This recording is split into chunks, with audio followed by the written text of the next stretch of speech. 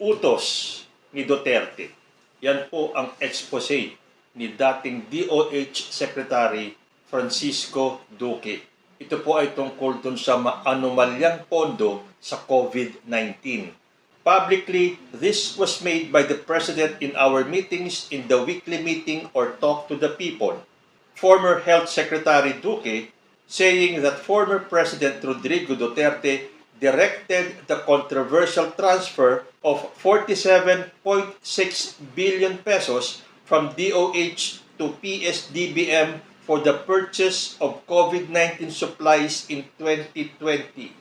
Pero yan po palang expose ni Duque ang magpapalitaw ulit kay ex-President Rodrigo Duterte dahil ilang araw na po siyang hinahanap ng taong bayan. Sabi ng iba, nasa London, nasa China, o nagtatago. Pero ito palang paglaglag sa kanya ni Duque ang magpapalabas ulit kay ex-President Duterte. Dahil matapos po ng ilang araw na pananahimik, sumagot po si ex-President dito sa mga ipinahayag ni Duque. Sabi po sa balita, Duterte cannot recall COVID fund transfer to PSDBM. So, sumumpong na naman po ang amnesia ni ex-President Duterte nung sinabi niyang hindi niya maalala.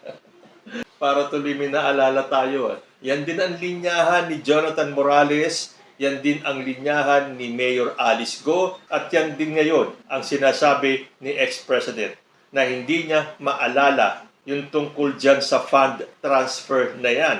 At ang sabi ni Duterte, maybe what I said is go ahead. I could not recall for the life of me. Maybe what you are saying is true. Considering the huge amount of transfer, I would have insisted as a lawyer to put it in a memo or something. Parang familiar itong style ni Duterte. Natandaan nyo nung sinabi niyang drug addict si President Bongbong Marcos, tapos after a few days, sinabi niya na wala daw siyang sinabi at kahit napatayin siya ng 1,000 beses, wala daw siyang sinabi. Ito na naman ulit, for the life of me, I could not recall. So, very consistent po talaga si ex-president sa pagiging inconsistent. Ito talaga ang magsisimento na siya ay isang taong walang isang salita. Kung ano yung sinabi niya ngayon, bukas iba na. Then after a few days, babawiin na naman niya. And after another few days, iibahin na naman niya. Paano pa tayo maniniwala sa isang Rodrigo Duterte? Hindi daw niya maalala. So as usual, tulad po ng lagi kong ginagawa, nagre-research po ako sa internet para makahanap naman tayo ng mga kasagutan sa ating mga katanungan. Totoo bang walang alam si ex-President Duterte? Ito po nakita ko sa isang post noong August 31, 2021. At ito ang mga sinabi ni Rodrigo Duterte. Ako ang nag-utos kay Duque noong kami. Hindi dito. May cabinet meeting kami niyan. Ginanon ko yung kamay ko. Mahilig ako magganon eh. I want it done immediately. Sabi ko sa kanya, wag mo, it's not 1 day. 1 month, 2 months, it's 1 day. 2 days ka lang. Ako ang nagsabi sa kanya, I am sure, ito yung words ko, reviewin nyo yung tape. I am sure that is a law which would exempt you from bidding. Hindi na kailangang mag-bidding. Mamadaliin to. Pandemic eh. So ito ay taliwas sa sinabi niya na I would have insisted as a lawyer to put it in a memo or something. Dahil doon po sa una natin binasa, sinabi niya, madalian na to, pandemic eh. Dahil sigurado pa siya na there is a law which would exempt you from bidding. Hindi na daw kailangan ng bidding dahil madalian nga at pandemic. So bakit ngayon sasabihin ni ex-president na hindi niya maalala? Dahil sabi niya, considering the huge amount of transfer, I would have insisted as a lawyer to put it in a memo or something. So, alin sa mga salita niya ang paniniwalaan natin ngayon?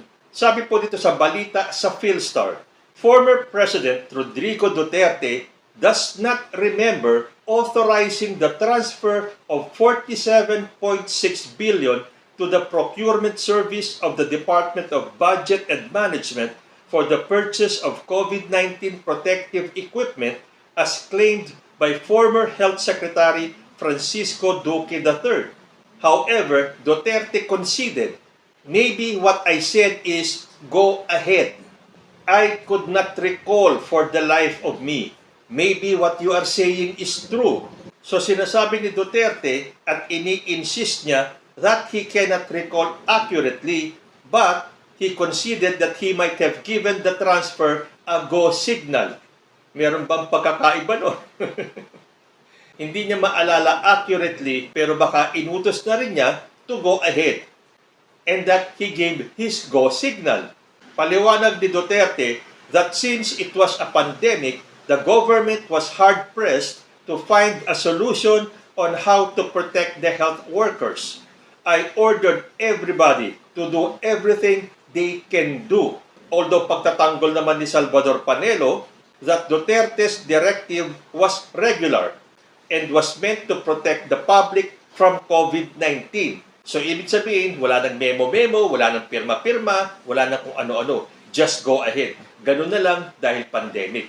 Pero, sinabi naman ni Duterte na considering the huge amount, dapat gumawa siya ng memo or kasulatan or kung ano man. So, alin ba talaga ang tama? Yung dapat kahit na pandemic, gumawa ka ng memo or go ahead na lang. Tuloy nyo na yan. Wala na tayong sulat-sulat, wala na tayong memo-memo dahil ito ay pandemic. Wala nang diding-diding pa. So, ang ibig sabihin ba niyan, out na si Rodrigo Duterte sa gagawing investigasyon dito sa inilabas ni Duque? Ang sabi po ni Senator Risa Hontiveros, the former president should be included in the investigation into the pandemic supply contracts since it can be proven that he was introduced to Pharmally officials by Michael Yang, his special advisor in 2017. Duterte should, at the very least, explain the policy considerations that resulted in his directive to Duque. So ito magandang subaybayan Kung magkakaroon pa ng mga susunod na investigasyon, ipapatawag ba nila itong si ex-President Duterte? Pagpapaliwanagin ba siya? Or hindi na lang siya ipapatawag? Ano sa tingin ninyo?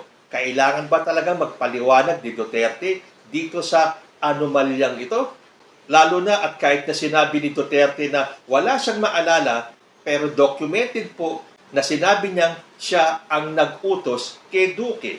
Sabi naman ni former Senator Richard Gordon, tinawag niya itong the biggest scam. Ito pong Pharmally Pharmaceutical Corporation scandal. What happened at Pharmally is the biggest scam and the president of this country masterminded it. I can say that without batting an eye, adding that it would never have happened without Duterte. Kasi kung iisipin nga naman talaga natin, hindi naman po makakakilos si Duque mag-isa kung wala pong nag-mastermind or kung wala pong nag-utos sa kanya. And in this case, kahit na sinabi ni Duterte na wala siyang maalala, there was a previous statement na siya ang nag-utos kay Duque for the transfer. Hindi nga ba nag-file ng case sila Gordon tungkol dito? When Gordon was the chairman of the Senate Blue Ribbon Committee, the former senator said they had at least 18 hearings and submitted the committee report to the Ombudsman. Dinitali ni Gordon yung misappropriation ng funds, stating that Duterte transferred 47 billion pesos and when the COA or yung Commission on Audit investigated, Duterte cursed us. He was angry because Christopher Lau was exposed. Duterte's administration never answered for it. Now they are scared. Former Senator Drilon said Duque is afraid and is now pointing to Duterte. Kaya nga noon nagtatanong na kami, bakit hindi mabitiwan o matanggap ni Duterte yung resignation ni Duque? Ang conclusion nga namin hindi niya mabitawan si Duque dahil natatakot siya na kapag tinanggal niya si Duque, ito ay magsasalita. Sabi pa ni Gordon, he told Duque to resign if he didn't want to follow orders. If he followed, he is liable. His only chance is to be a state witness against Duterte. Pero nung time po na yon, if I remember it right, natalo po itong grupo ni Gordon. Then nung time po na yon, marami pong senador ang hindi pumirma doon sa Blue Ribbon Committee report. Ang mga pumirma lang po during that time were Richard Gordon, Franklin Dillon, Panfilo Lacson, Manny Pacquiao, Laila de Lima, Coco Pimentel, Kiko Pangilinan, Risa Hontiveros, and Ralph Recto. Doon naman po sa mga hindi pumirma sa alleged misuse of government funds ay sina Sani Angara, Grace Poe, Cynthia Villar, Pia Cayetano, Ramon Bong Revilla Jr., Francis Tolentino, Win Gatchalian, Lito Lapid, Christopher Bongo, Amy Marcos, and Juan Miguel Zubiri. So ang nangyari, binauna po sa limot yung investigasyon na yan. Pero sa pagkaka-expose po ni Duque, ano po kaya ang mga susunod na kaganapan? Meron nga pong salita ngayon si Dick Gordon. Sabi niya, the former president allowed his friends to bleed this nation's coffers dry. Dahil kung totoo po itong sinabi ni Gordon, nakakalungkot po talaga. Ang taas po ng tiwala at tingin ng taong bayan kay then President Rodrigo Duterte. Bakit ngayon sunod-sunod itong mga pagbubulgar sa mga anomalya during the time ni ex-President Duterte? Pero kung sakali po ba pwedeng kasuhan si ex-President? Former Senator Dick Gordon says 11 billion pesos was lost to corruption after the fund transfer from the DOH to the PSDBM during the pandemic. So sa tingin ninyo, dapat bang imbestigahan din si former President Rodrigo Duterte considering na siya ay naging former president? Sabi po ni Professor Antonio Contreras, kahit presidente, hindi nakakaangat sa batas. Lumalabas na may responsibilidad si dating Pangulong Duterte. No one is above the law, even former president. And we have shown that magpakita na tayo sa kasaysayan natin na kaya natin mag-imbestiga ng mga dating Pangulo. Pero matapos pong hangaan ng taong bayan itong si Duque, bigla pong bumaliktad si Duque at binabawi ang kanyang mga sinabi. Ayon po dito sa Inquirer.net, Duque clarifies claim on pandemic funds. Former Health Secretary Francisco Duque III has backtracked on his earlier statement that former President Rodrigo Duterte ordered the transfer of 47.6 billion in pandemic funds for the purchase of pandemic supplies. Clarifying his pronouncements during a hearing conducted by the House Committee on Appropriations, Duque said he was regrettably taken out of context. Duque insisted that tapping the services of the PSDBM to buy COVID-19 supplies was not only necessary but was of extreme urgency. But if Senator Risa Hontiveros had her way, she would have wanted to reopen the Senate probe into the alleged anomalous procurement of medical supplies and equipment. Sabi ni Hontiveros, we have wanted it for a long time. We were just waiting for what we can call a new matter, a new resource person, or whistleblower, or a new evidence. That would have been former Secretary Duque. It was good while it lasted, right? I was almost impressed with Secretary Duque. Well, if he was saying he was taken out of context, unfortunately, that is the oldest excuse in the book for all of us working in the public sphere. If Secretary Duque now refuses to be part of finding the whole truth, it is really his loss. Mostly, it is the loss of the Philippines and us Filipinos. Sabi pa ng Senadora, telling the truth about the issue would have been Duque's chance at redeeming himself and the institutional image of the Department of Health. Pero sabi pa niya, she is not losing hope that the truth and justice will prevail and those behind the anomaly would eventually be held accountable. So, ibig bang sabihin nitong pagbawi ni Duque sa kanyang mga sinabi ay gone with the wind na agad itong kasong ito? Ano sa tingin ninyo? Bakit kaya biglang bumaliktad at bumawi si Duque? Meron kayong mga outside forces na nangialam dito sa kanyang pagbubunyag? Meron kayang pananakot na nangyari?